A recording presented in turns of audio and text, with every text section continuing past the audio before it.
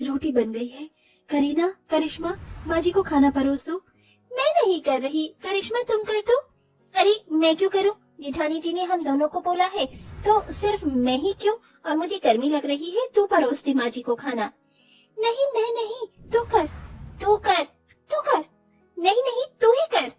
अरे तुम दोनों ने ये क्या दिमाग खराब कर रखा है? वैसे ही इतनी गर्मी है, ऊपर से तुम लड़ रही हो। इतनी ताकत कहाँ से आ रही है तुम में? अपनी सास को एक खाना नहीं परोस सकती क्या? माफ कीजिएगा बड़ी, मैं बस आपको ही देने जा रही थी। ये करिश्मा भी ना। क्या? मैं क्या करी ना? अरे बस करो तुम दोनों, ये रोज रोज की महाभारत। जब देखो चूहे बिल्ली की तरह लड़ती रहती हो। तुम्हारे चक्कर में मेरी 2 रोटी जल गई, ऊपर से तुमने माँ जी को भी खाना नहीं परोसा। ये तो तुम जानती हो घर में राशन पानी कितना है। अब इसे भी जला जलूकर खत्म कर दोगी तो ठीक है, परसों भूखे रहना। सॉरी जेठानी जी, हमें माफ कर दीजिए, दोबारा से हम नहीं लड़ेंगी। बहुत बढ़िया, और अगर लड़ती हुई दिखाई दी तो सुरभि से बेलन लेकर मैं तुम्हें मारूंगी। माफ करिएगा माँ जी, दोबारा हम दोनों ऐसी हरकत नहीं करेंगे। पर क्या करें, गर्मी की वजह से कुछ करने का मन नहीं करता, उठने का भी, और भूख तो समझो मर ही जाती है। हाँ माँ जी, सामने वाली शारदा के घर में 2 टन का एसी आया है, वो पूरे फ्लोर को ठंडा कर देता है। काश हमारे पास भी फ्रिज या एसी होता तो ठंडक से पानी पीते और एसी की हवा में खाना खाते, फिर ना पसीना आता ना हम लड़ते झगड़ते। अब अपनी लड़ाई का सारा दोष बेचारी गर्मी पे मत डालो, तुम दोनों वाकई में हरामी हो। करिश्मा, करीना, तुम्हारी यही सजा है कि अब तुम दोनों खाना बनाओगी और परोसोगी, मैं और सुरभि तभी खाएंगे। अरे माँ जी, इसकी क्या जरूरत थी? बहुत जरूरत है, वो इन्हें भी तो पता चले बहू, ये गर्मी में खाना बनाते हुए कैसा लगता है। वैसे भी ज्यादातर तू ही बनाती है, ये नहीं। उसके बाद करिश्मा, करीना खाना बनाती है और जेठानी सास गर्मी में बैठ कर खाते हैं। माँ जी सच बताऊं तो गर्मी में खाने की इच्छा भी नहीं हो रही। खा ले बहू खा ले, वरना जो है वो भी नहीं मिल पाएगा। फिर दोनों चुपचाप खाना खा लेती हैं। दूसरी ओर खाना बनाते हुए करीना को गर्मी लगने लगती है। हाँ माँ जी, बहुत गर्मी लग रही है खाना बनाते हुए। सुरभि जेठानी जी, आप कैसी कर लेती हैं? मेरे से तो बैठा ही नहीं जा रहा, और मुझे तो खाना देते हुए भी गर्मी लग रही है। अब आ गई ना अकल तुम दोनों को, इसलिए बोल रही थी तुम्हें कि कुछ समझ ही नहीं आता है। सारा काम बस अपनी जेठानी पर छोड़ जाते हो, खुद काम चोर देवरानी की तरह रहती हो। ऐसे ही गर्मी में 2 दिन बीत जाते हैं। गर्मी ने घर में और बुरा हाल मचा रखा था। दूसरों के घर में कीर्तन के बुलावे पर जब तीनों बहू थोड़ी देर के लिए जाती हैं, तो एसी की ठंडी हवा में बैठकर बहुत खुश होती हैं। अरे वाह, इनके घर पर एसी है, कितना अच्छा लग रहा है, बहुत ठंडी ठंडी हवा आ रही है ना करिश्मा, करीना? हाँ दीदी, इनको देखकर मन कर रहा है कि हम भी एसी लगवा लें। हाँ पर हम एसी लगवाएंगे कैसे? तुझे पता भी है कितने पैसे चाहिए होते हैं, और हमारे घर में तो खाने पीने के भी पैसे नहीं है। तुम बिल्कुल ठीक कह रही हो करीना। तभी एसी को देख मुस्कुराते हुए पार्वती करिश्मा को देख लेती है और फ्रिज का ठंडा पानी मुंह पर मार देती है। एकदम से करिश्मा छटपटा जाती है। अरे पार्वती, तुमने ऐसा करना जरूरी था क्या, वो भी सब लोगों के सामने? अरे मुझे लगा तुम्हें ठंडा पानी से मुंह धोकर अच्छा लगेगा। ये मेरे 5 स्टार फ्रिज का ठंडा पानी था जो मैंने तुम्हारे मुंह पर डाल दिया। शायद तुम खुली आंखों से सपने देख रही थी। पार्वती, तुम्हारे कहने का क्या मतलब है? बातें गोल गोल की तरह सीधी कह दो, और तुम्हें बेइज्जत करना था तो बुलाया है क्यों? मेरी सासू माँ ने आप लोगों को न्योता दे दिया था, वरना मैं गरीब लोगों को अपने घर में बिल्कुल ना बुलाऊं। बहुत आंखें फाड़ फाड़ के आपकी देवरानी मेरे एसी को देख रही थी।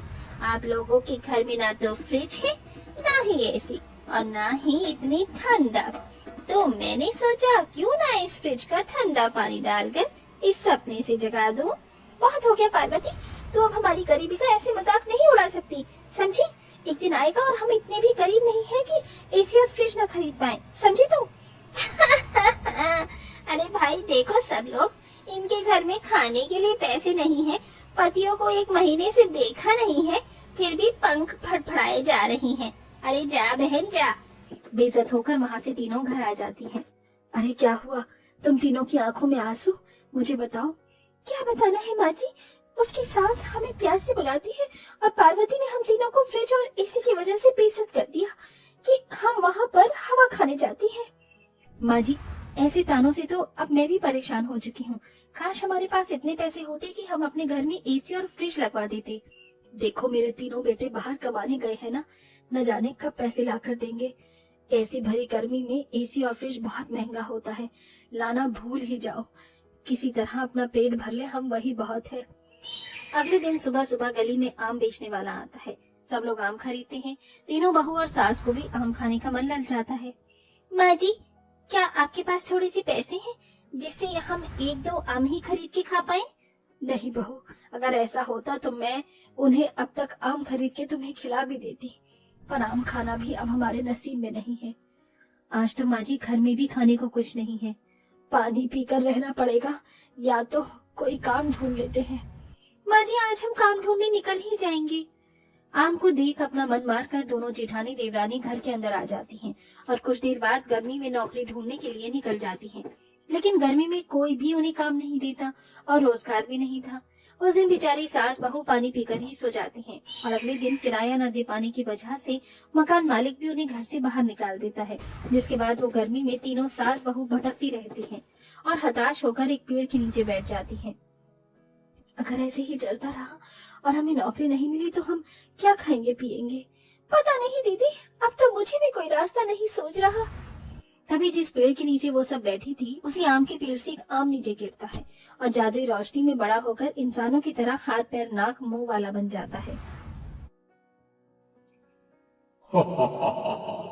मैं हूँ आम राजा। क्यों हो तुम परेशान, जरा बताना।